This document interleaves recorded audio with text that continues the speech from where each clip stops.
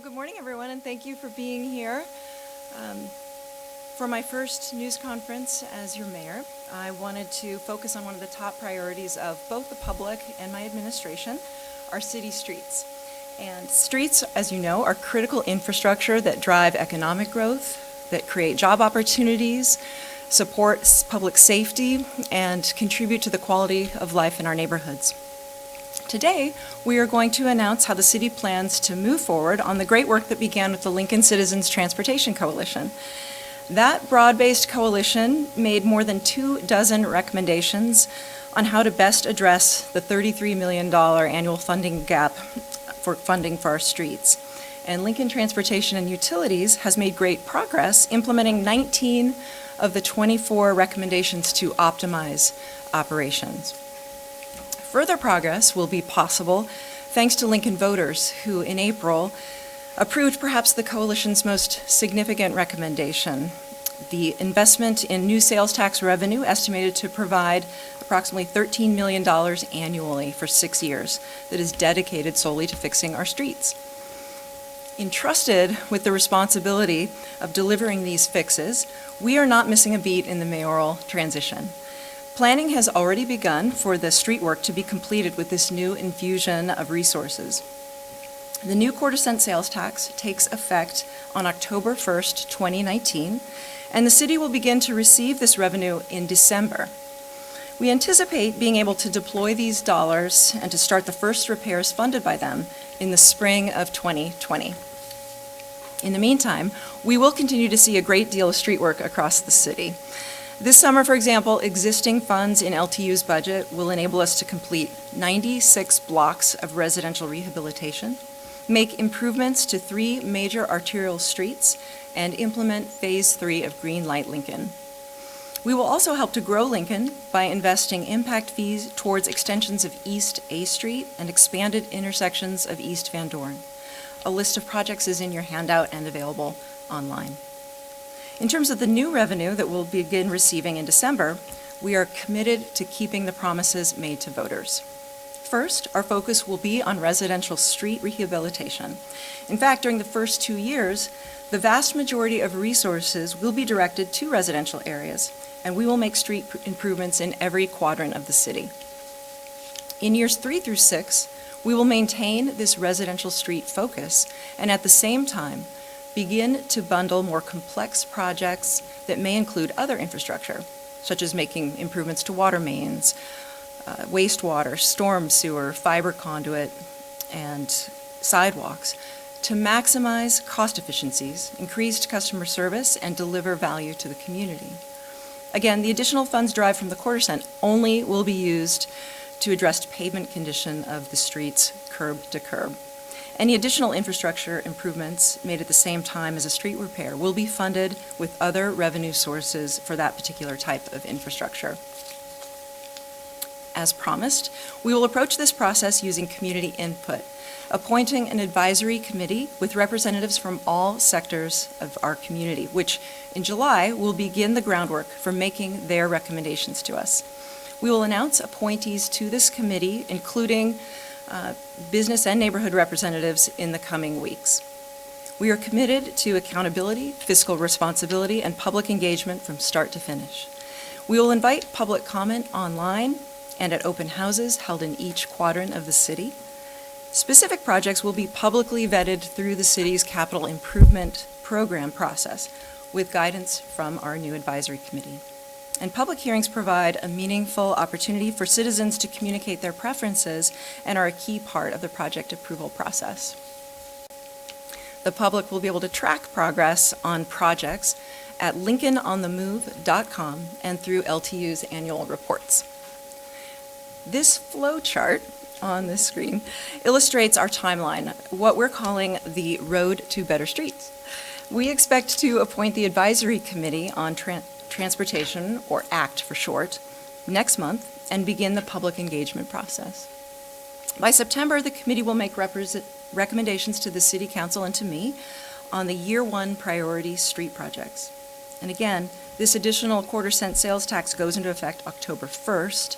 And in November, the public again has an opportunity to weigh in as the City Council holds a public hearing and takes action on amendments to the capital improvements program. And then in December, we will be able to finalize construction bids for the coming season. We expect to begin street rehabilitation with the new revenue in spring of 2020. Now, I'd like to turn over to Mickey and Lonnie, who are going to provide some additional details, and our Finance Director, Brandon Kaufman, is also here. Thank you. Thank you, Mayor. It's so wonderful to welcome our new mayor, Gaylor Baird, to the city. Thank you for your service and for making this your first press conference, putting a priority on street infrastructure.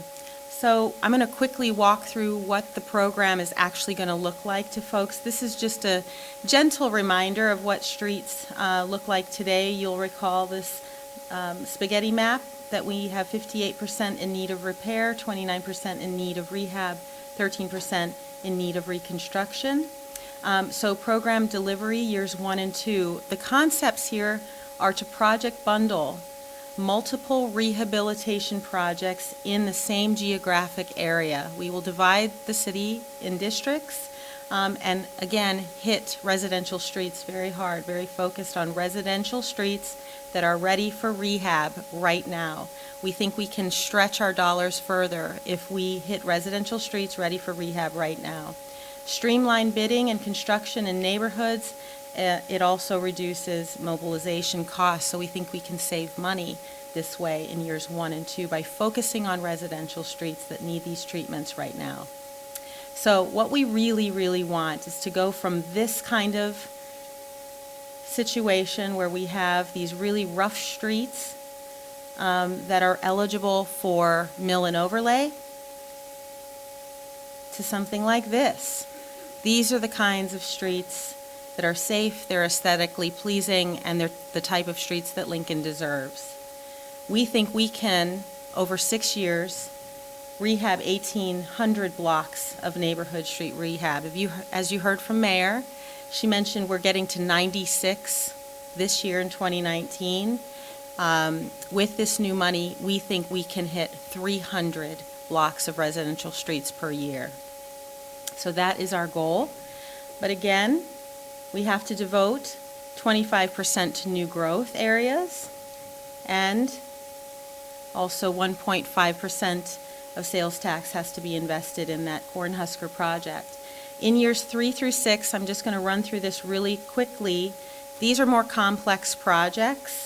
We want to do robust long-term project coordination, and we want to bundle all kinds of infrastructure so that we don't disrupt neighborhoods over and over and again. We want to coordinate water, sewer, wastewater projects, sidewalk projects before the road goes in, so we don't have to damage the road 1 or 2 years afterward. So we will be picking multiple projects in the same geographic area, but other assets will be paid for independently of these sales tax dollars. This is how we do it. This is some GIS data in the traffic engineering. 272 projects we've gathered for 10 years of data. Wastewater projects, 376 projects. What we do is locate them on a GIS map. You can see some projects that we take a look at that are in the same vicinity. And then we start to put them on our city map. This is wastewater. And then we've got, I think that says stormwater. And then we've got some traffic projects that we layer, water projects, and then we start to build over on the streets side. And what we can develop then through GIS is hotspots of where over 10 years we can bundle projects together. Again, economies of scale, saving costs on mobilization, separating and making sure each district is fairly represented and gets projects completed. We can put numbers to those projects and also costs. So this is what we've identified for each of the districts for years 3 through 6. And you can see we'll find geographic parity. There's a lot of projects to do and a lot of improvements to be made.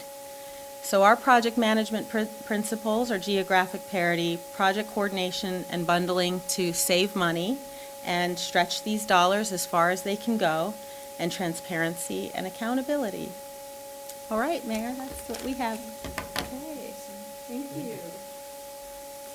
We'd be happy to take some questions if you have any that you'd like to ask of myself or our transportation utility staff. Yes, Mr. Padmore. Hi, you mentioned the 10 years of GSI data. GIS. GIS data. Can you go into detail about what that is and what that means? Okay, I can. So the 10 years of GIS data is actually locations of different assets, different projects. And because LTU is consisting of street a street or transportation division, and as well as a utility side, we can work together to put our projects together. So all of those asset fixes are put into GIS, and then we look at where we can have coordination of projects. So to a customer or a citizen or a resident, when we come in with an eligible street project, we'll ask ourselves, does the water main need to be fixed? Does the wastewater main need to be fixed? Can we bundle projects so that we save time and money? And again, the streets program, when the street is rehabbed, that means we don't have to come back and do a water project cutting into the street. We can put a street cut moratorium to keep that street preserved for a number of years. So it's less disruption to the citizen, but it's also good project coordination and spares the asset in the future. Does that help? Okay. You know, you asked this question, and I'll just follow up on that. One of the first constructive feedback I got from Kobe Mack on the city council was a picture of a sidewalk that he had said was repaired recently and now was getting it was being torn up again just months after it had been paved. He's not here now, but his legacy of providing feedback and those memories of that feedback still are with us today, and this kind of bundling is addressing those kinds of concerns that he was always quick to raise and that we ought to address.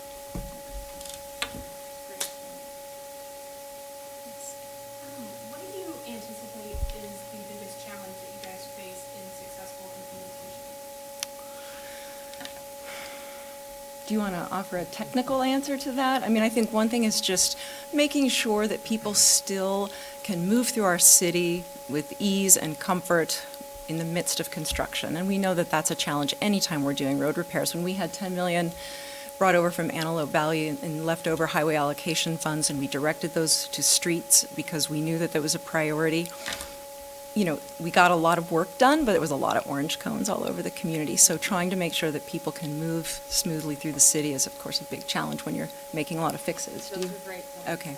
Well, thanks. Yes. You mentioned the committee. Yes. Could you go into detail about what that committee is going to be called and the purpose of it again? Its acronym is ACT. It's the Advisory Committee on Transportation. And the previous administration had worked with community members and the Coalition on Transportation to make sure that there was going to be an oversight body that would help guide and provide recommendations to the administration.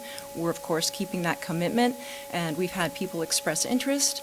We've had suggestions from the previous administration based on those conversations, and we'll be looking to put that committee together in the coming weeks with the goal of having them together and hitting the ground running to build the frameworks for their recommendations by July.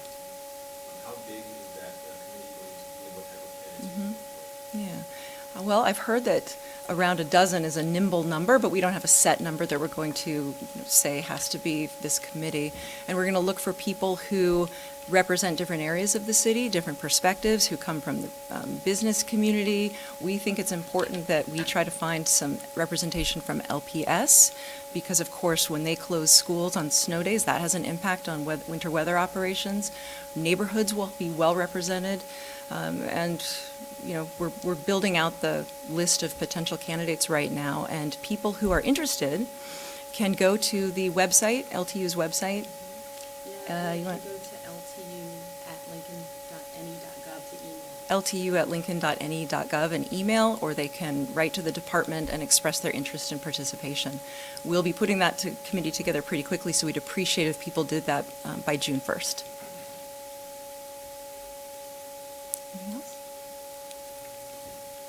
How does the public, the city council portion and the CIP portion compare to the previous course of that? Is this the same process that the city council ultimately will adopt and kind of act on the plans and guidelines outlined by the committee?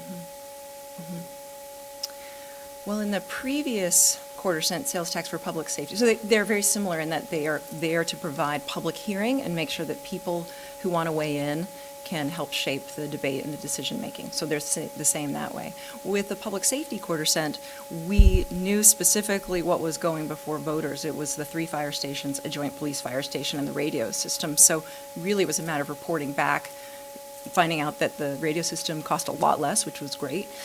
In this instance, we do have a capital improvement program. Existing street projects are in there. Envisioned future street projects are in there. But with new revenues, we need to identify which ones are prioritized and can be bumped up. As Ms. Esposito said, we will have almost 3 times as many projects that we can get done annually, so we need to make those determinations and amend the capital improvement program as such. And at that point, city council members will be taking public input again. You know, they're invited to the public hearing, the open houses that we'll be doing throughout the city. They'll be having conversations with our administration. There's plenty of opportunity for both the council and members of the public to weigh in as to how best to make those amendments and move forward. Do you have anything else you want to add to that? Okay. Anything else? Okay. Well, we couldn't have done this without the community giving us the green light. We're excited to get started. We're going to keep moving forward on fixing our streets. And this is just the first of a number of press conferences we'll be having to update you on our progress. So thank you.